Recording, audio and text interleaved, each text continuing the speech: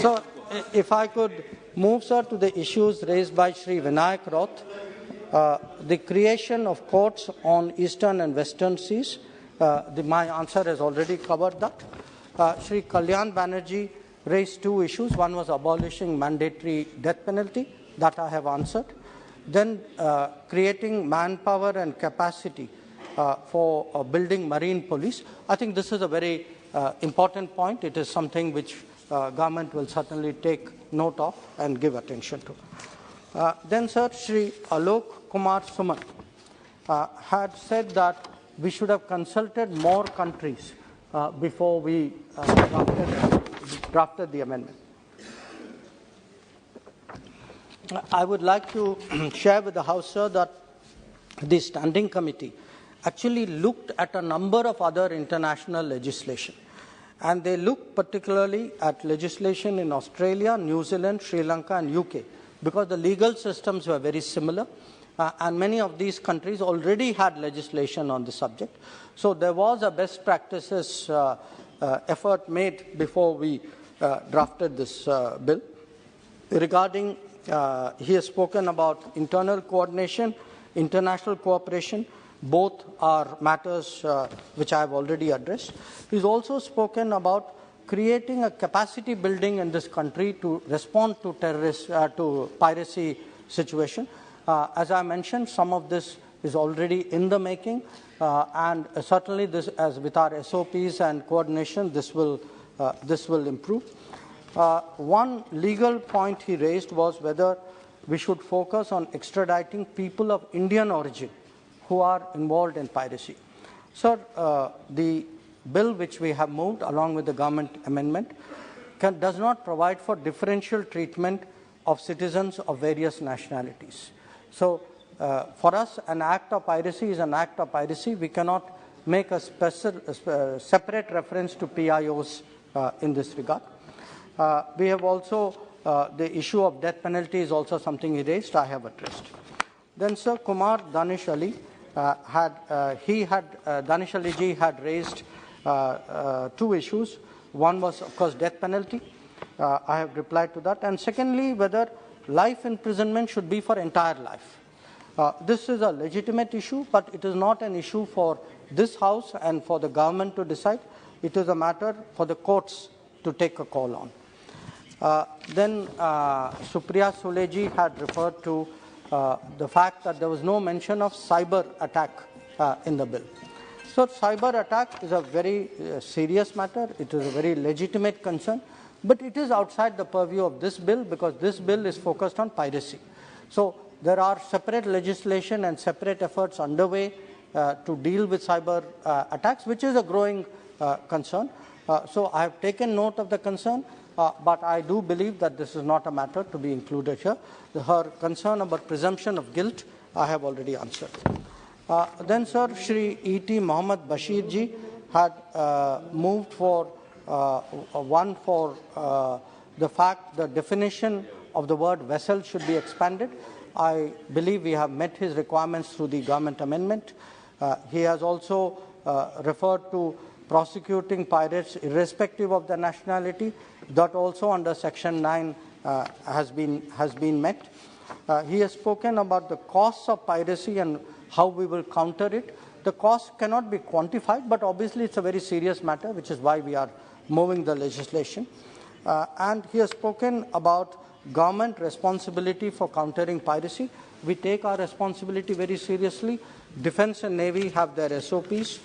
Shipping has its SOP, and we are moving this legislation. Then, Sir, Shri N.K. Premachandran ji is, I believe, moving some amendments. His first concern was that with regard to police officer, that it should not be below the rank of a DSP. So in the CRPC, sir, a police officer, even of the rank of SHO, can make arrests. So we have gone with what is the standard CRPC definition. Similarly, the issue of gazetted officer, whether he has sought to insert the word not below the rank of under secretary. We have actually deleted the word gazetted. We have just kept officer because different states have different practices and we want to respect all of them. and the High Court issued a consulting and consent I have already dealt with. He has spoken about the need for in section 9 to insert the word in writing for a request. That entire section has been deleted in the government amendment, sir, because of the need. We feel that it will, in a piracy situation, it is difficult to communicate with a ship. So we should actually avoid that and leave it for the authorized ship to take necessary action. His point about substituting the word reasonable opportunity for opportunity, the government amendment has taken care of it. Presumption of guilt, I have already replied. Mandatory death penalty, I have already replied. And regarding a ship situation in Nigeria, sir, it's a ship called MV Heroic Idun. I want to, because a number of members raised the issue, I want to inform them that the crew members have been charged on 3 counts. Their case hearing is coming up on 10th, 11th January. We are providing them legal support, we are giving them consular support, and we will do whatever we can to help them in the circumstances. Then, sir, I come to Sri K. Suresh's concerns. One was regarding the area of jurisdiction. I think the amended definition of jurisdiction, which includes EEZ and all waters beyond the jurisdiction of other states, deals with the matter. The issue regarding the imprisonment, I have dealt with as well. As regards the rarest of the rare and death matters, this too is something which I have already addressed. And regarding, he had some concerns about Indian courts not having jurisdiction in some cases. That has been deleted as part of the government amendments. And he was concerned that how does the law treat a foreign government's naval force? And what I want to clarify is that nothing in the proposed bill will apply to a warship or a government-owned ship employed for non-commercial service. So these, sir, were discussed earlier. Today Shri Adhir Ranjan Chaudhary ji also spoke on the bill, sir. One, of course, he was kind enough to note what he called my activities around the world. I appreciate that very much.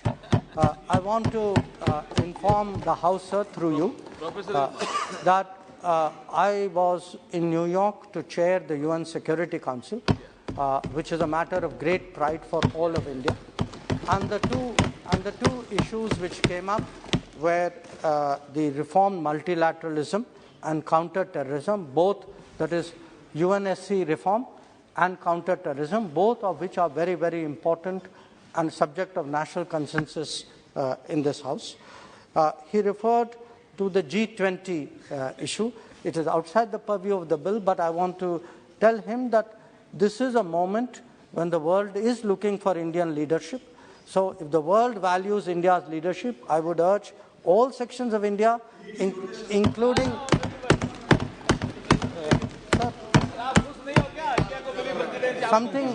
because something is rotational doesn't mean you are not valued.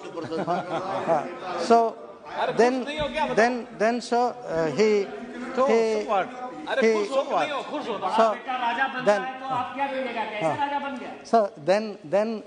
sir, in passing, the honourable member also suggested government is indifferent, he used the word, indifferent to China. So I want to say something, sir. If we were indifferent to China, who sent the Indian army to the borders to defend our borders?